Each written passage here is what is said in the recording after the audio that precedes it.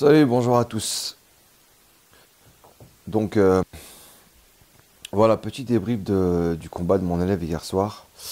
Euh, donc forcément, on est le lendemain matin de ce combat. Donc Jordan Beljic qui a combattu pour une ceinture. Bon, le fait est que la ceinture, quelque part, on s'en fout. Mais c'était le combat en lui-même, ce qui représentait, qui était le plus important pour nous. euh, de par le caractère de l'adversaire qu'il a eu en fait. C'était un beau challenge, c'était aussi bien pour son adversaire, Julien Gracco, dont je dirai deux mots tout à l'heure, que pour mon élève, qui est avec moi donc depuis 2 ans, depuis la création du Fighting Club Luxembourg. Je ne sais pas combien de temps la vidéo va durer. Je vous donne encore des ressentis à chaud mais à froid, même si ça reste encore un peu bouillant à l'intérieur de moi. Et vous comprendrez pourquoi tout au long de cette vidéo. Je fais pas une vidéo pour me plaindre ou pour raconter ma life. Souvent j'ai envie de. Souvent j'ai envie après combat, après des compétitions, d'exprimer un petit peu mon ressenti en tant qu'enseignant, de partager cette expérience avec les novices ou même les plus aguerris, d'avoir d'apporter une touche en plus, ou alors au contraire, c'est-à-dire qu'on m'apporte justement une correction sur ce que j'ai fait. Euh, donc n'hésitez pas à m'envoyer des messages ou mettre en commentaire vos ressentis sur cette vidéo. Bref, voilà pour cette intro un petit peu longue. Donc, comme je vous ai dit, donc mon élève Jordan a combattu hier dans la catégorie lightweight, moins de 70 kg, ici en Belgique. Petite organisation sympa, face à Julien Gracco. Donc je vais vous dire deux mots là-dessus. Julien Gracco qui n'a pas combattu depuis 2019. Alors, n'a pas combattu, ce qui veut dire également le fait que la vie est comme ça, ne s'est pas entraîné, donc a pris énormément de poids pendant 3 ans.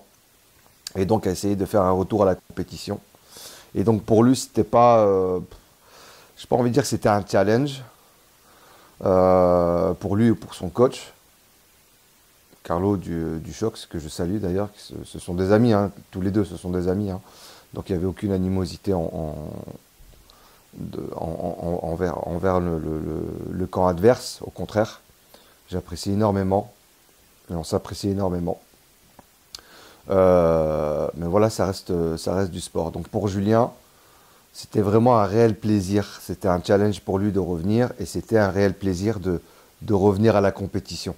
Donc lui, il était là vraiment pour s'amuser. Nous, surtout moi, j'ai envie de dire, je prenais vraiment ça à cœur parce que Jordan, quand il est arrivé au club, il avait un palmarès négatif. Et je m'étais donné ce challenge de ce chantier de le remettre d'aplomb et de reconstruire et de essayer de redonner du vert sur son Sherdog. On a réussi étape par étape.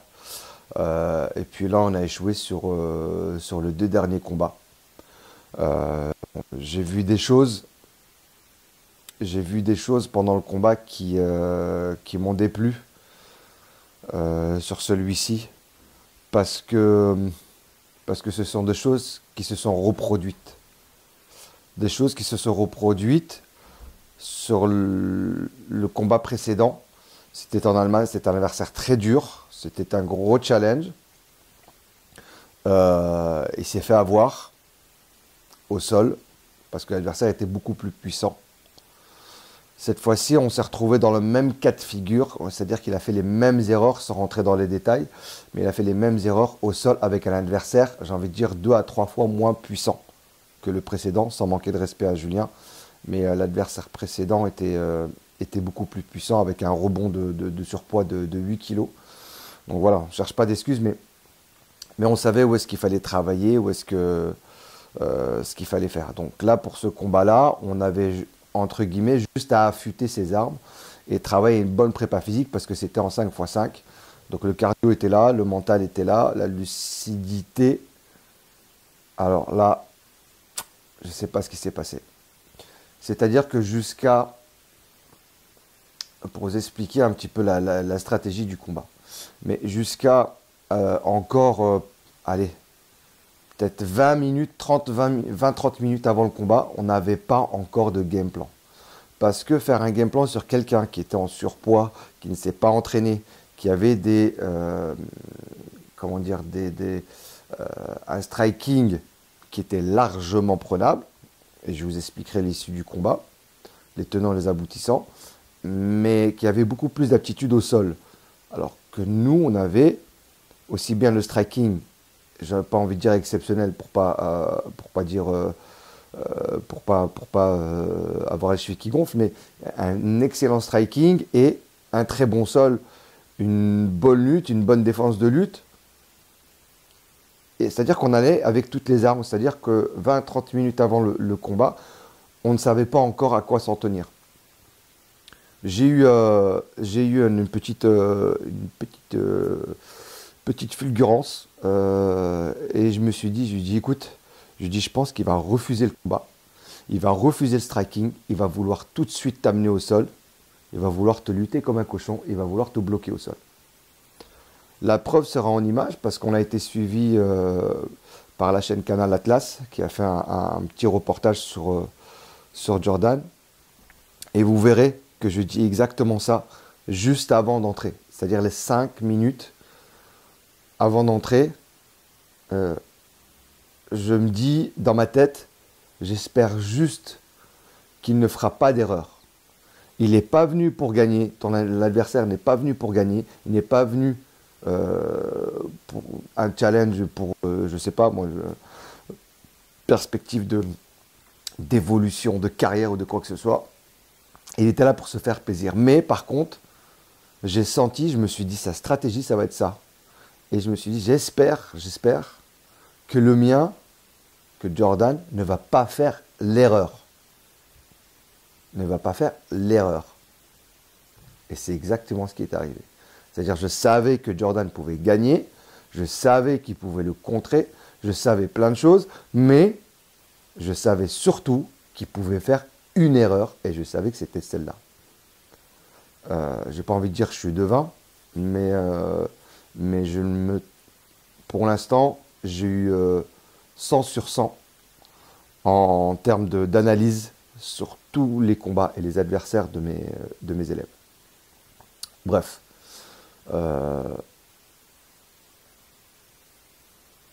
Ouais. Comme je disais, pour ceux qui ont suivi un petit peu la story, c'est-à-dire que des erreurs, on peut en faire. D'ailleurs, j'ouvre la parenthèse, évitez de mettre les phrases en commentaire, t'as le courage de monter dans la cage, l'essentiel c'est de participer, bravo à toi, tu reviendras plus fort, et tatati, et tatata. On est au-delà de ça, ok? Donc pour ces phrases-là, vous savez ce que j'en pense. Voire même pour ce type de phrases-là, venez au Fighting Club Luxembourg, à Luxembourg. Voilà, je vous accueillerai à bras ouverts, comme on dit, sur le tatami et contre la cage. Et vous allez comprendre que ces phrases-là, dans le contexte, vous allez voir là que vous allez vous torcher le cul avec. Fermez la parenthèse, bref.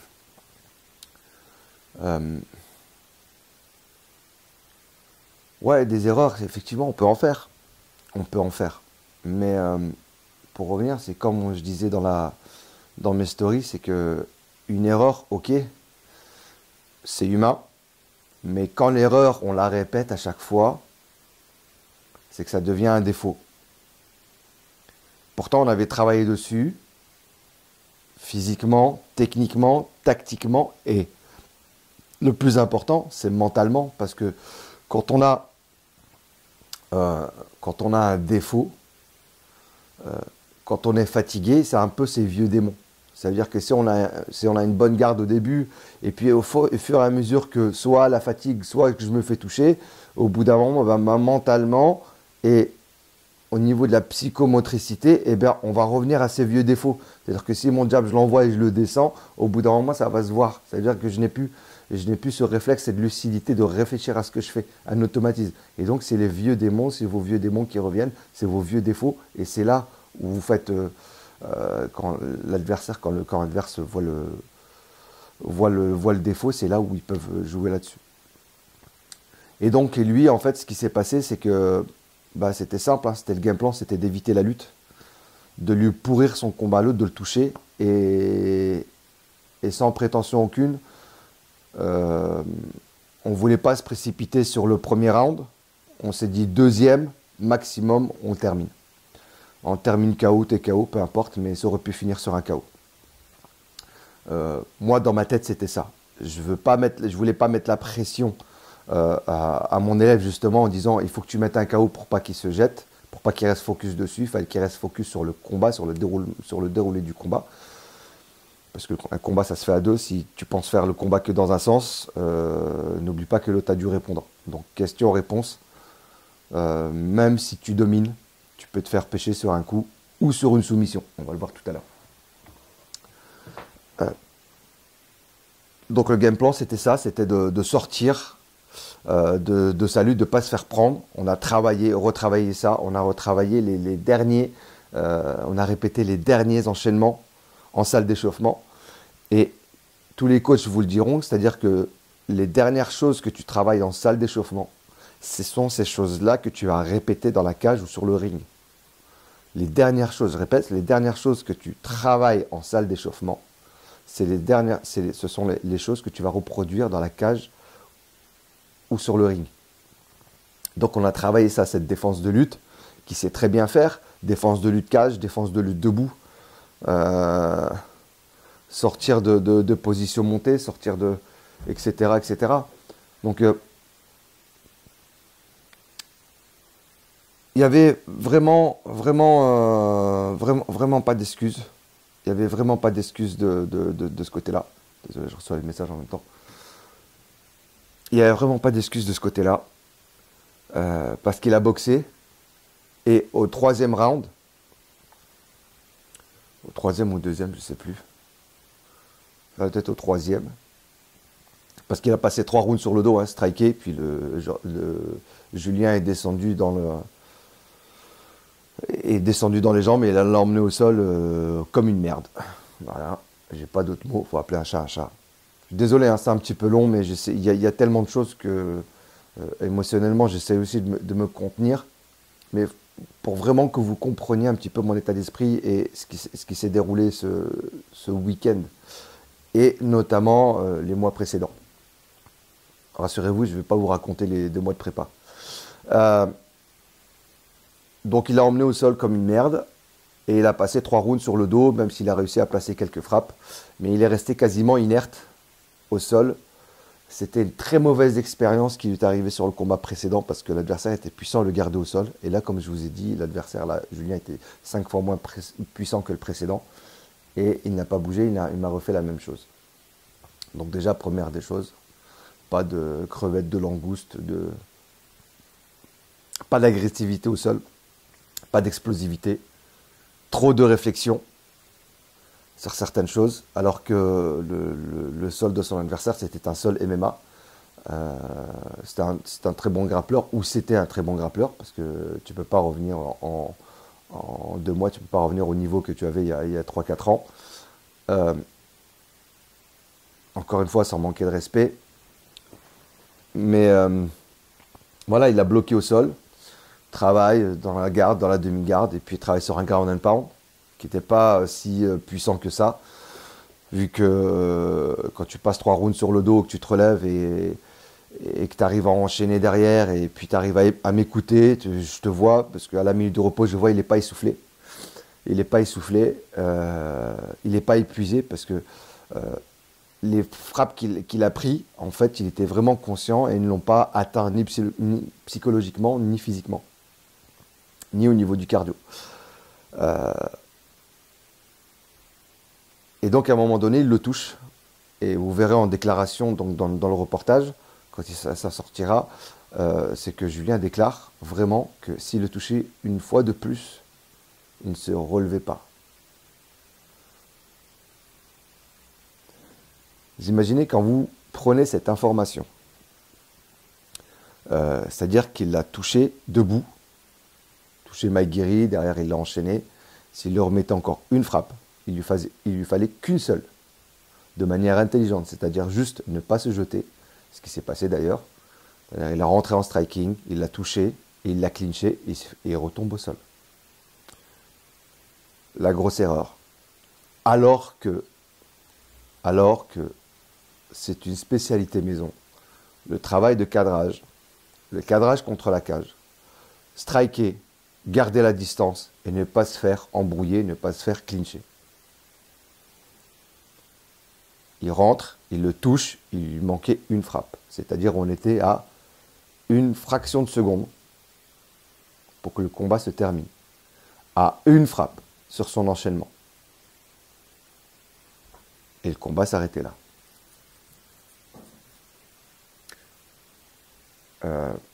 Ça, il l'a vu, Jordan. Il l'a vu, il est rentré. Bam, bam. Il se revoit encore s'embrouiller et clincher. Pourquoi? Je ne sais pas. À chaque entre-round, à chaque minute de repos, je ne lui répète pas 10 choses. Je lui répète ce qu'il doit faire. Pas 10 choses à faire, une seule chose à faire. Striker, distance, refuse la lutte. Mais quand tu n'as pas cette agressivité et cette lucidité qui te permet justement d'exécuter ce genre d'ordre, même si tu l'as compris, même si tu sais le faire, si dans ton comportement psychologique et mental tu n'y arrives pas, ça ne se débloque pas, là il y a un autre travail à faire. Donc c'était en 5x5. À 2 secondes, vraiment 2 secondes, vous imaginez 2 secondes sur 5 minutes ce que c'est. Du 3e round, Jordan tente une sortie, ou je ne sais pas ce qu'il fait, et son adversaire Julien le soumet avec une clé de genou. Spécialité de Jordan, avec laquelle il a gagné une fois face à un black belt en MMA. Vous imaginez moi, de l'autre côté de la cage, le voir prendre une clé de genou, sa clé de genou à lui, sa clé de jambe, à 2 secondes, c'est-à-dire que j'ai la cervelle sur le dos, je prends la gourde pour rentrer dans la cage. Et je vois ça. Je me lève de ma chaise, et j'ai une réaction typique maghrébine, c'est-à-dire très sanguin. J'ai tout jeté en l'air. J'ai explosé la gourde, tapé dans les chaises. Je m'excuse d'ailleurs si j'ai dû choquer certains de ma réaction. Ceux qui me connaissent le savent très bien comment je suis. Je suis quelqu'un de sanguin parce que je prends les choses très à cœur. Comment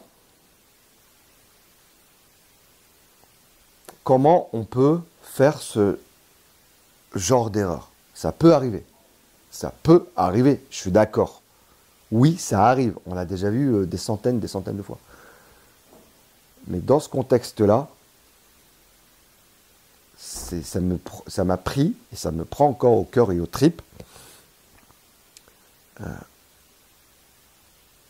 parce que, ouais, c'est comme je disais dans ma story, en écrit, c'est comme Jean-Michel Larquet qui commentait le combat de la Coupe du Monde, quand Zidane a mis le coup de boule, qui lui a dit non, non Zizou, non, pas aujourd'hui, pas comme ça, pas un jour comme aujourd'hui, non, pas toi.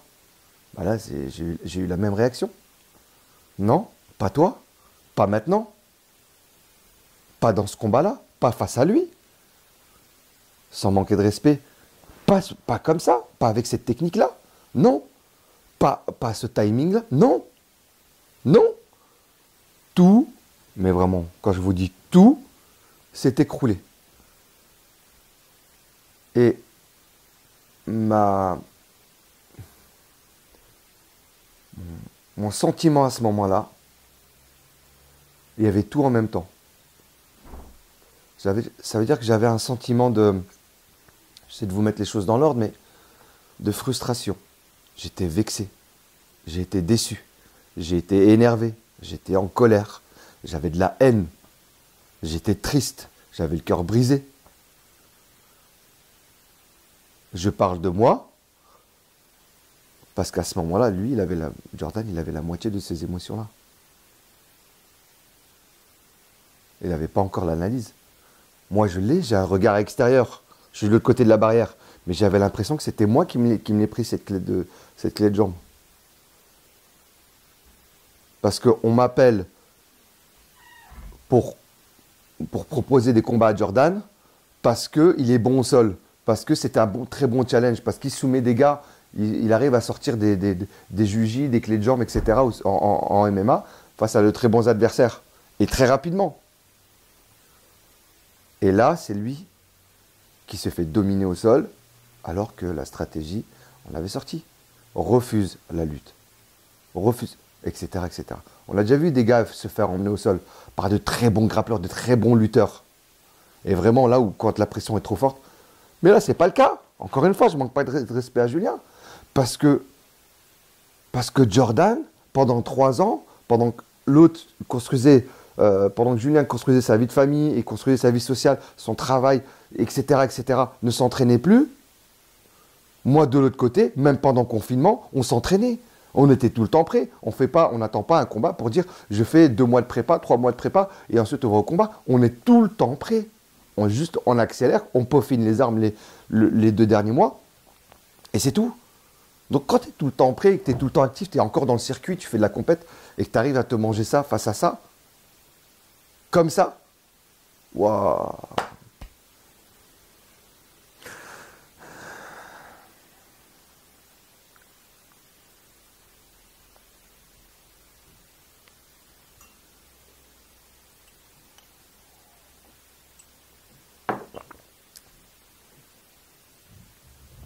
Donc non, pour moi, c'était inadmissible. C'est inadmissible. J'en ai presque les larmes au bord des yeux parce qu'il y a tout un travail derrière et les entraîneurs le savent. Les équipes qui entraînent aussi le savent. Il y avait un challenge humain derrière ça. C'est-à-dire que c'était même pas pour le gain, c'était même pas pour le prestige, pour dire on fait des vidéos, etc. D'ailleurs, l'événement n'était pas filmé.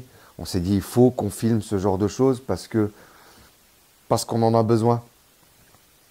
Parce que dans l'évolution du club, parce que dans l'image aussi de Jordan, parce qu'il faut qu'il reste une trace de ça pour ceux qui arrivent derrière. Comme cette vidéo, j'espère, mais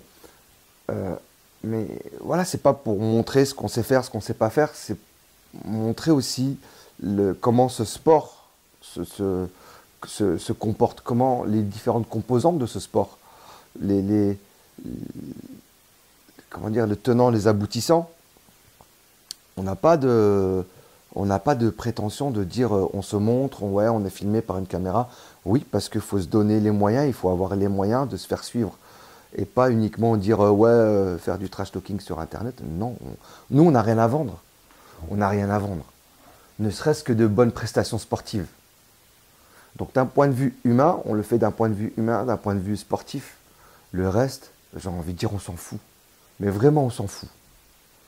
Le jour où il y aura effectivement des grosses sommes à 5 chiffres, à 4-0, ouais, là on pourra dire effectivement on est arrivé à un certain stade. C'est pas acquis, mais on sera arrivé à un certain stade et là éventuellement ouais, on peut se permettre de challenger, on peut se permettre de parler, on peut se permettre de montrer des choses en disant que voilà, je mérite ce que je vais recevoir et je vous le montre comment ça se déroule. Mais là, on n'en est pas du tout dans ce cas de figure-là. Là, on est dans le cas de figure où quelqu'un qui combat en pro, qui veut refaire une petite carrière, remettre du vert dans son palmarès, évoluer sportivement, humainement, et Et voilà, et il n'y a, y a rien d'autre. Il n'y a rien d'autre. Donc c'est une expérience qui est une expérience humaine et sportive qui est riche d'enseignement pour tout le monde. Moi le premier. Moi le premier, j'ai mis 10 ans avant de comprendre le haut niveau. 10 ans. 30 ans que je pratique les arts martiaux avec quelques interruptions. 12 ans maintenant que j'enseigne. Euh, j'ai pas fini. J'ai pas fini. J'ai pas envie de dire je commence, parce qu'il y a quand même un certain bagage derrière et de l'expérience.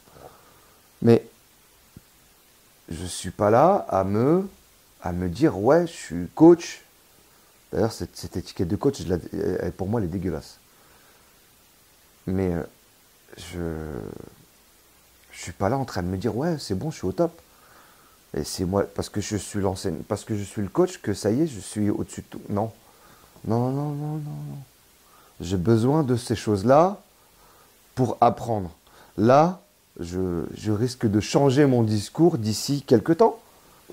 Peut-être que je vais me dire, bah, en fait, ce que j'ai dit il y a 3-4 mois, il y a 6 mois, il y a un an, ou dans 2 semaines, je vais revenir sur, sur certaines choses. Euh, Maintenant, je me suis trituré le cerveau et les tripes depuis ce matin, jusqu'à ce matin. Couché à 4h30, levé à 8h30.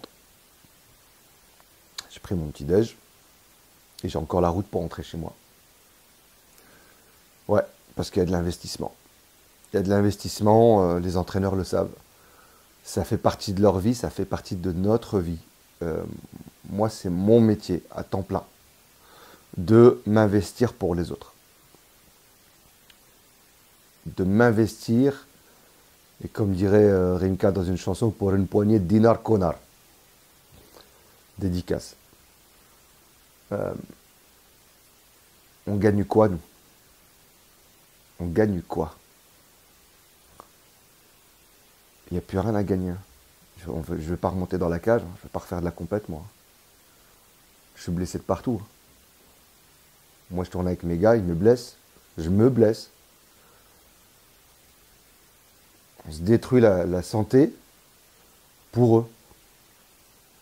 On s'investit pour eux.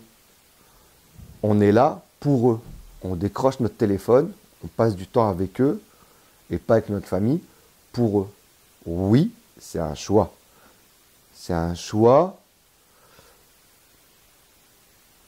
dans ma vie parce que ma femme m'a poussé comme ça. M'a poussé à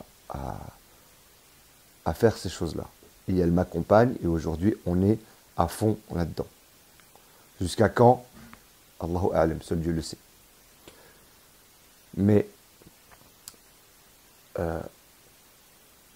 donc vous comprenez maintenant mon sentiment quand on se fait soumettre au 3e round, à 2 secondes de la fin du round, le sentiment que j'ai à ce moment-là, quand je vous dis que tout s'effondre. Donc si vous êtes resté jusqu'à la fin de la vidéo, jusqu'à ce moment-là, vous comprenez le mot tout et la phrase tout s'effondre. C'est pas la fin du monde, hein. C'est pas la fin du monde. C'est qu'une étape, ok? Comme je vous ai dit, ne me faites pas vos phrases à la mort moelleux là, vos citations de philosophes à 2 balles. On les connaît de toute manière et on se les dit à soi-même. Mais ce qui te tue pas te rend plus fort. On n'est pas parti à la guerre. Laisse-moi tranquille. Même d'un point de vue figuré, ce qui te tue pas te rend plus fort. Ouais, bien sûr. À la rigueur, j'ai envie de dire, c'est la seule chose que je vais retenir parce que, en tant qu'enseignant, en tant que professeur, parce que ouais, j'enseigne, hein, je ne suis pas coach. Coach, laissez ça pour les. Sans dénigrer qui que ce soit, mais les coachs basic fit, fitness, tout ça, etc. Nous, on enseigne, on pratique les arts martiaux, on a appris, on a passé des diplômes et on enseigne. On inculque des valeurs, on inculque, on prend soin des gens, on prend soin de nos élèves. J'ai pas d'adhérents, j'ai des élèves. C'est qu'une étape. C'est qu'une étape dans la vie d'un enseignant, c'est qu'une étape dans la vie d'un combattant pro.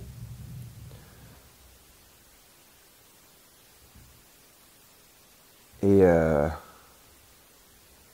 mais riche d'enseignements. Riche d'enseignements, riche de plein de choses. Pour tout le monde. Comme pour tous ceux qui étaient là et qui ont vu. Comme pour vous qui regardez cette vidéo. Comme pour tout le monde. Ceux qui partagent ma vie, ceux qui partagent la vie de Jordan aussi. Voilà. Voilà, voilà. Que vous dire de plus? J'ai longtemps hésité à faire ce type de vidéo un peu intimiste, où je livre un petit peu mes émotions. Je garde souvent ça pour moi. Et le lundi, quand j'arrive à la salle, lundi, mardi, mercredi, en général c'est le lundi et le mardi, j'engueule tout le monde, je fais un petit résumé vite fait. Je donne mon avis. Victoire ou défaite, hein. Victoire, je suis pas là en arrivant à la salle en disant ouais super on a gagné. Non, non, il y a des victoires qui ont été beaucoup plus dégueulasses que des défaites. Tu peux perdre parce que ton adversaire était plus fort, parce qu'il a été vif, parce que peu importe. Mais gagner d'une manière dégueulasse où le travail effectué n'a même pas été fait, tu mérites même pas cette victoire. Tu mérites juste de retourner à la salle et de continuer à travailler pour plus que tu me refasses ce genre de choses. Parce que la deuxième fois, ça ne passera pas. Donc, je pourris mes élèves sur certaines choses. Je les encourage aussi. Peut-être que la manière n'est pas la bonne d'appuyer là où ça fait mal, mais moi, c'est ma manière. Peut-être que aujourd'hui, à 43 ans, je réagis comme ça. Peut-être qu'à 50, je serai autrement. Inch'Allah, si je suis encore de ce monde. Donc voilà, mais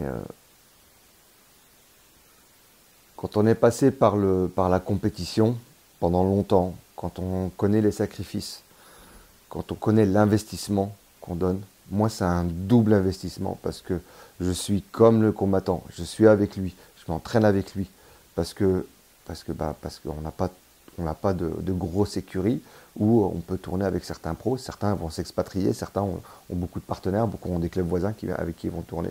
Nous malheureusement on n'a pas ça, on n'a pas cette cohésion que je regrette sincèrement. Moi, j'ai toujours été dans le sens du partage. J'ai toujours tourné avec mes potes de Marseille, mes potes de Toulon, mes potes de Montpellier, mes potes de partout. Un peu partout. Voilà, c'est un gros investissement. C'est un gros investissement. Et pour moi, il est double parce que, comme je vous ai dit hein, au préalable, hein, je me répète encore, en tant qu'enseignant, en tant que coach, on met la vie de notre famille un petit peu entre parenthèses et pour donner un petit peu de soi aux autres. Et on vit ces choses-là, on les vit parce que quand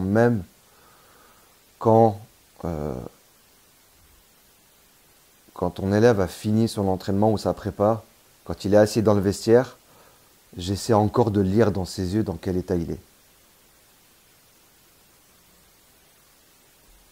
Vous imaginez jusqu'où je vais.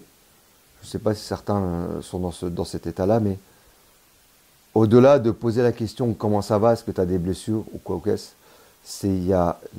j'ai besoin de cette perception psychologique et mentale de savoir si ça a été ou ça n'a pas été. J'ai besoin de voir s'il me ment. Si c'est un oui, oui, ça va, ou ouais, c'est bon, nickel. Ben, j'ai besoin de savoir dans quel des deux il me ment. J'ai besoin de savoir. Et ça, c'est un conseil que je donne, c'est rarement le conseil, parce que les conseils en général, je me les donne à moi-même, mais c'est un conseil vraiment que je donne, allez au bout des choses. Ne restez pas sur des questions fermées. En tant qu'entraîneur, quand vous demandez est-ce que ça va? Oui. Si vous avez travaillé sur les squats, travailler sur ces questions-là, c'est sur ton dos, ça va, tu n'as pas eu de douleur, les articulations, tu n'as pas de gêne, t'as pas de... Voilà. Parce que parfois la douleur est là, mais on ne la sent pas, ou on ne la voit pas. Vous imaginez que parfois juste, on peut avoir une douleur qui est invisible, mais elle est bien là. Invisible à l'imagerie, invisible aux radios, invisible au scanner. Mais la douleur, elle est bien là. Alors imaginez verbalement ou physiquement, quand il ne le ressent pas, ou quand il l'a, mais il n'est pas conscient de ça, pour lui c'est un peu normal, qu'il va vous dire non, mais j'ai une petite gêne là, mais c'est rien. Cette gêne-là, là, ça peut être le début de quelque chose, ou c'est une lésion, ou c'est quoi que ce soit, mais ça peut être quelque chose de grave. Donc la moindre suspicion de quoi que ce soit peut devenir comme ça le jour J. Et puis on apprend que il y a eu ci, il y a eu ça, il est blessé. Pourtant la prépa s'est bien passée. Non, j'essaie vraiment d'être vraiment au plus profond de mes élèves quand ils se préparent pour des compétitions, qu'ils aient toutes les chances de leur côté, qu'ils soient dans une forme optimum, pas parfaite, mais optimum, et psychologiquement et mentalement. Donc voilà, je pense qu'on a fait un petit peu le tour, désolé, c'était un petit peu long.